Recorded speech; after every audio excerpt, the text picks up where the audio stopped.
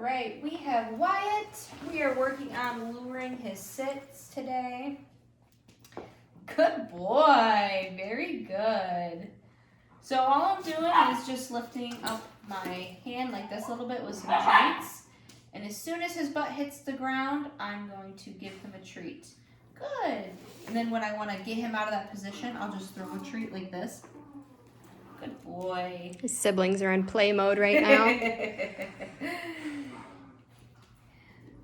And I will, you know what, keep working on it. Good job. He's picking up on this very quickly. We've only done this a handful of times, not even. And he's, good boy. Good job. Like, he's very happy to be doing this. Like, he's got his tail wagging, getting some paw action. I don't know if you can see it. He's putting up his paw a little bit. Good boy. I'm not labeling it sit just yet. We're just waiting to get a couple more repetitions of him going into a sit. And I'm not rewarding him for jumping up like that either. So I'm going to wait until he can calmly put his butt on the ground to give him a treat.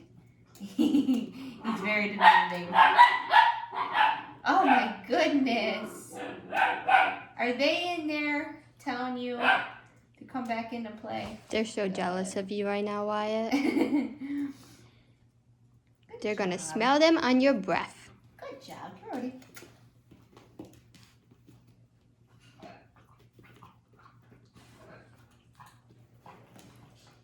So sometimes if you're struggling a little bit, I'll put pressure on their butt.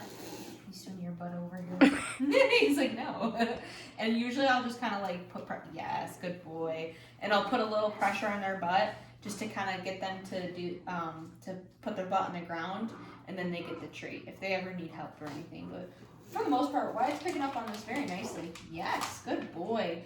I'm quick to give him a treat because he's still sitting. He's still in that position.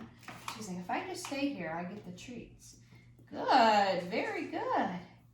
Okay, good.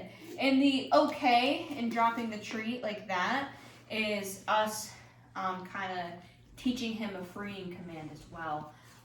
And that will go in later in his training where when we want to free him from any command, it's going to be okay.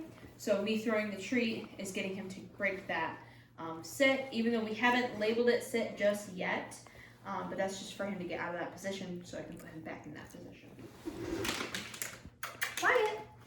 Yes, good boy. Another thing that we are working on is kind of name recognition, just calling him and having him come back to me. Like, I'm going to give that a treat all day long. That way that will build soon into a recall as we work on that. So all the things that Wyatt's got to learn. Yes, good boy. Good. Now I feel confident enough that he's putting his butt on the ground, so I'm going to start labeling it now. Good sit. Good sit. Good boy. Very good. Good. Okay. Good job. And I'm not going to say sit until he gets in the position. Good, sit. Yes, sit. Good boy. So I won't say it until his butt's on the ground now, because if I were to just tell him sit when he's not sitting, he still won't grasp the concept. So this is how we are working on that command with him. Good job. Okay. Good boy. Good job. Do that again. So I'm not going to say anything.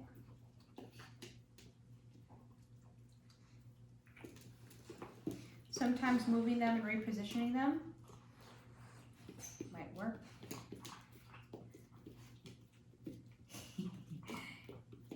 His brain's thinking. So he thinks jump. Yes, good sit. So this is a cool thing for you to see too. Good sit, good boy. Okay. So that's a really cool thing for you to see too. Is you see him like thinking. He's like, what can I do to get this treat? He's like jumping. Maybe if I jump in your hand might be the answer.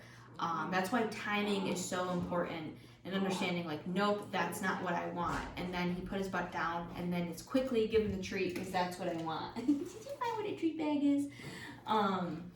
So having good timing definitely helps when you're working on commands and stuff. But yeah, Wyatt's doing great. He's doing really good with his training. He's sleeping through the night in his crate.